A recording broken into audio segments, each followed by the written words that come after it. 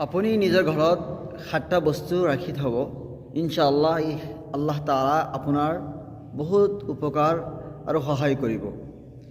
Number 1, জমজমৰ পানী। জমজমৰ পানী নিজৰ ঘৰত ৰাখি থ'লে ইয়াৰ দ্বাৰা বহুত বৰকত হয় আৰু বহুত বেমাৰ আজাৰত ইয়াত ব্যৱহাৰ কৰা হয়। এতিয়া আপুনি ক'ব, জমজমৰ পানী মই ক'ত পাম? আপুনি উমৰা বা হজত নগ'লেও যিসকলে উমৰা বা হজত গৈছে তেওঁলোকৰ পৰা আপুনি জমজমৰ পানী সংগ্ৰহ কৰিব পাৰে। নম্বৰ 2, কোৰআন শৰীফ। কোৰআন শৰীফ ঘৰত ৰাখা আৰু ইয়াৰ তিলাৱত কৰা ঘৰৰ কাৰণে ৰহমত আৰু বৰকত হয়। গতিকে নিজৰ ঘৰত কোৰআন শৰীফ ৰাখিব আৰু ইয়াত তিলাৱত কৰিব। নম্বৰ 3, কলা জিৰা। কলা জিৰা ৰাসূলুল্লাহ সাল্লাল্লাহু আলাইহি ওয়াসাল্লাম কৈছে, কলা জিৰা প্ৰত্যেক বেমাৰৰ নিৰাময়, অকল মৌতৰ বাহিৰে। আল হাব্বাতুছ সাউদাউ শিফাউন মিন কুল্লি দাইন ইল্লা সাম। ৰাসূলুল্লাহ কৈছে কলা জিৰা প্ৰত্যেক বেমাৰৰ নিৰাময়, অকল মৃত্যুৰ বাহিৰে।